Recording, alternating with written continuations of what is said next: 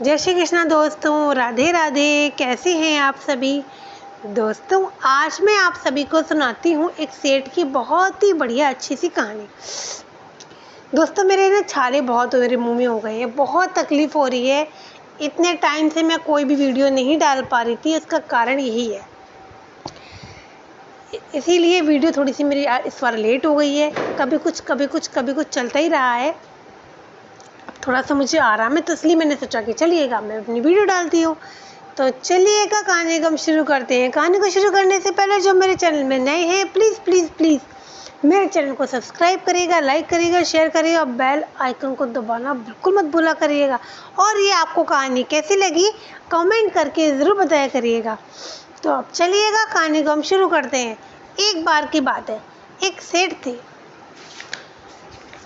वो अपने लड्डू गोपाल मतलब कि अपने कृष्ण भगवान जी, अपने ठाकुर जी को बहुत प्यार करते थे।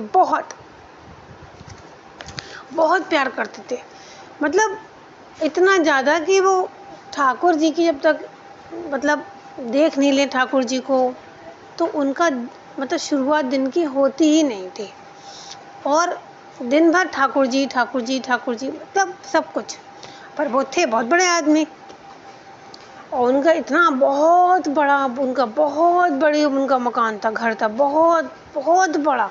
जैसे हम कहते हैं बहुत बड़ी कोठी जिसकी होती है, वैसे उनका घर था। अब भाई क्या हुआ, वो थे तो सेठ, नाम के सेठ थे भाई। उनका मार्केट भी था, बड़े आदमी भी थे, कोठी भी बड़ी थी, बड़ा पूरा परिवार भी था। बिना ठाकुर जी के वो कुछ भी नहीं थे। अब वहाँ पे क्या होता है भाई, 4-5 संत आते हैं, है ना। अब भाई है ही वृंदावन, मथुरा, गोवर्धन, है ना। ये तो एकदम कहते हैं ना कि पवित्र स्थान है ये। तो भाई गोवर्धन में उनकी कोठी बनी हुई थी, किनकी? सेठ जी की। अब वहाँ से वो बेचारे सेठ जी, और मार्केट उनका वृंदावन में भी था, गोवर्धन में भी था। तो इसी चक्कर में उनके गोवर्धन वृंदावन में चक्कर लगा करते थे। अब क्या हुआ, वृंदावन में क्या हुआ कि वहाँ पे उनकी पूरा मार्केट था। तो वहाँ पे बहुत सारे संत आते हैं, मतलब बहुत सारे इन द सेंस 8-10 संतों की टोली आ जाती है।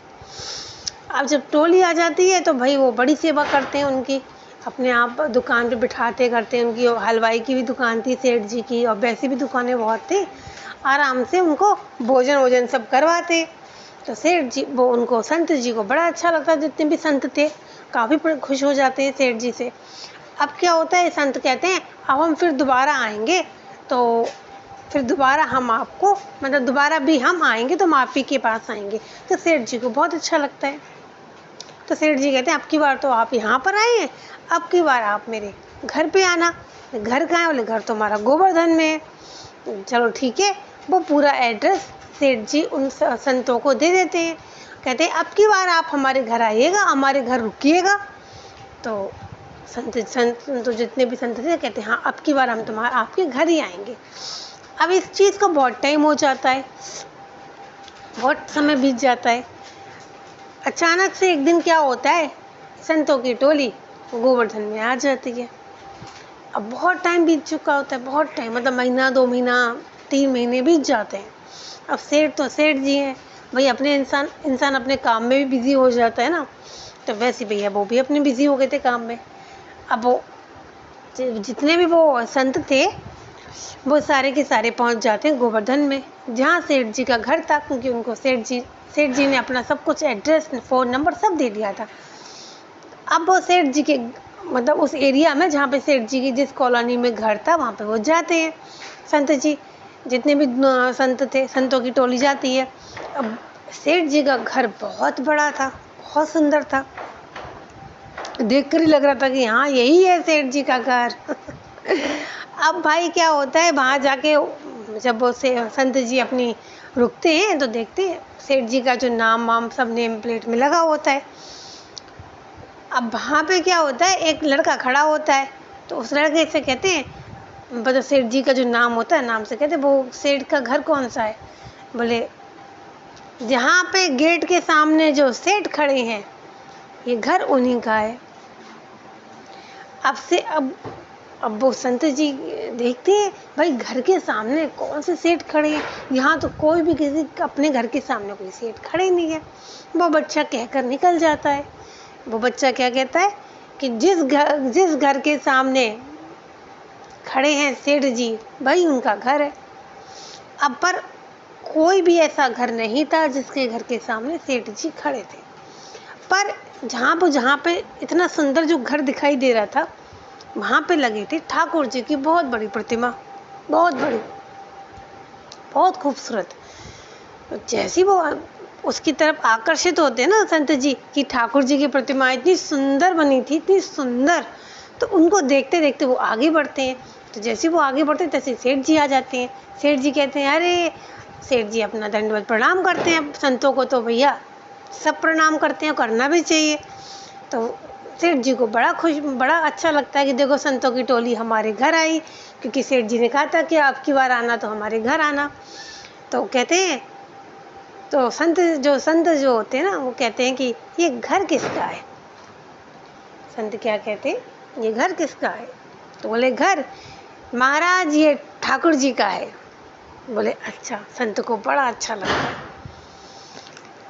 और अंदर वैसे घुसते हैं कि मूर्ति इतनी सुंदर बनी हुई थी उनकी, मतलब अंदर नहीं, उनकी मूर्ति ठाकुर जी की बाहरी साइड में बनी हुई थी।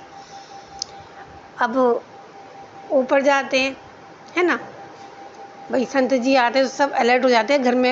घर में संत साधु आ जाते हैं तो सब कहते हैं ना कि अलर्ट हो जाते हैं, उनको प्रणाम करते हैं, उनके लिए उनकी सेवा करने में लग जाते हैं। इसी प्रकार से अब ऊपर संत वो कौन है, सेठ जी संतों को ऊपर, मतलब ऊपर ले जाते हैं।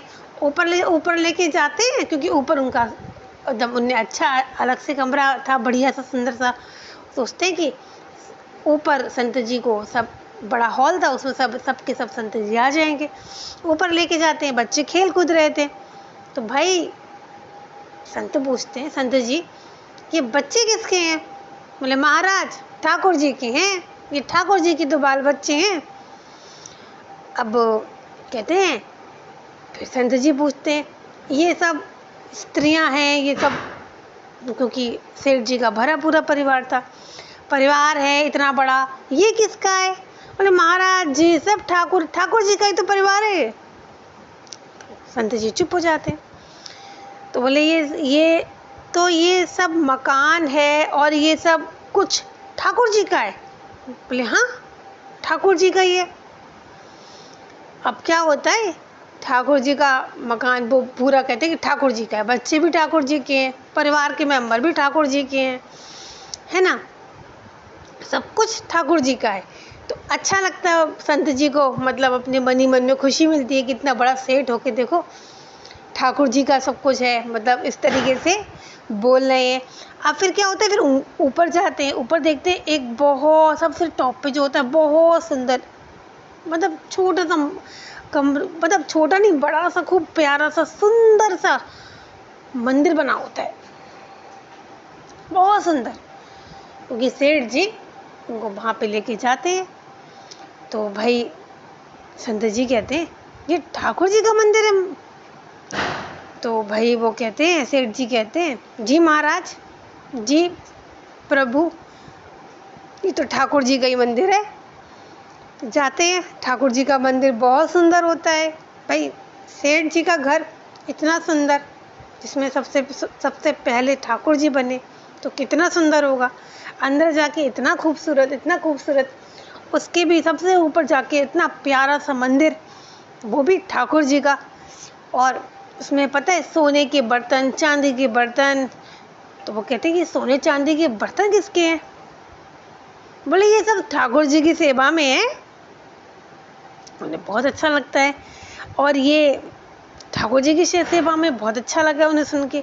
उसके बाद पता है क्या होता है, ठाकुर जी के गहने देखते हैं, कपड़े देखते हैं, सोने के ठाकुर जी हार पहने होते हैं और मुकुट डाले होते हैं, सोने के कड़े, चांदी की पायल, बंसी है चांदी की, और सिंहासन भी उनका चांदी का होता है, बड़ा सुंदर होता है।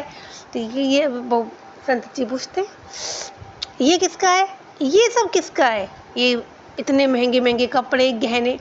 बोले प्रभु, अरे महाराज ये सब ठाकुर जी का है। भाई सब कुछ ठाकुर जी का निकलता है होता है ये सब कुछ ठाकुर जी का। तो अब भैया देखने के बाद, क्योंकि वहाँ पे उनके कपड़े की एक रो लगी थी, उसमें गोल्ड की चेनें लगी थी छोटी छोटी छोटी। सब पूछते हैं ये सब किसका है? बोले ये सब ठाकुर जी का है। भाई वो पैर वैर अपना अपने खड़ाऊँ वड़ाऊँ उतार के जब मंदिर के अंदर प्रवेश करते हैं और ठाकुर जी के सामने खड़े होते हैं, तो वो संत जी महाराज जी पता है क्या पूछते हैं कि भाई ये जो सामने बैठे हैं ना, ये किसके हैं? मतलब ये जो सामने बैठे हैं, जो बड़े प्यारे से झूले में बैठे हुए हैं, ये किसके हैं? तो सेठ कहता है ये तो प्रभु मेरे हैं। मतलब ठाकुर जी मेरे हैं और सब कुछ ठाकुर जी का है, बस ठाकुर जी मेरे हैं मतलब कहने का मतलब ही सब कुछ ठाकुर जी का, बाल बच्चे ठाकुर जी के, परिवार के मेंबर ठाकुर जी, मकान ठाकुर जी का, पैसा ठाकुर जी का, ठीक है, सब कुछ ठाकुर जी का। गाड़ी बड़ी बड़ी थी घर में, वो सब ठाकुर जी की। नौकर चाकर ठाकुर जी के महंगे महंगे कपड़े गहने सब कुछ ठाकुर जी का। पर भाई ठाकुर जी किसके हैं? बोले ठाकुर जी तो ये जो सामने बैठे ये मेरे हैं। ठाकुर जी कौन किसके? मेरे हैं। तो भाई साधु के मन में, संत जी के मन में एक शुरू से ये लग रहा था कि ये सेठ है ना। और सेठ एक गृहस्थ थे। मतलब गृहस्थी में इंसान इतना, मतलब पूजा पाठ उतनी ही हो पाती है जितना समय मिलता है। कहते हैं ना, गृहस्थी में जितना कर लो उतना ही बहुत है। पर वो सुबह से लेकर रात तक सिर्फ ठाकुर जी ठाकुर जी ठाकुर जी, इसके अलावा उस सेठ ने दूसरा कोई शब्द ही नहीं बोला। ये किसका है? मेरे ठाकुर जी का। ये किसका है? मेरे ठाकुर जी का। ठाकुर जी ठाकुर जी ठाकुर जी। तो वो साधु को बड़ा अजीब सा लगा, बहुत अंदर से खुशी भी मिली कि गृहस्थ होकर भी ये इनका दिन भी शुरू होता है ठाकुर जी से और ख़त्म भी होता है ठाकुर जी से। कितनी अच्छी बात कही कि सब कुछ है ठाकुर जी का, पर ठाकुर जी मेरे हैं। कितना ही, क्योंकि भगवान क्या चाहता है ना, भगवान चाहता है भक्ति, है ना। और भाई सेठ जी ने तो सेठ होने के बावजूद भी कोई घमंड नहीं, कुछ नहीं, सब कुछ था।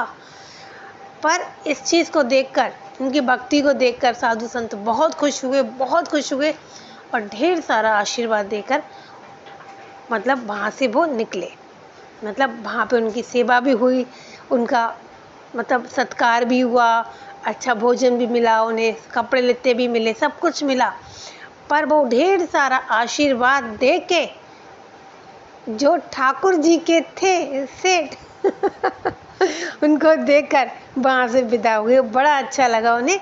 तो कैसी लगी आपको आज की छोटी सी बढ़िया सी अच्छी सी एक भक्ति वाली, सेठ की भक्ति वाली कहानी।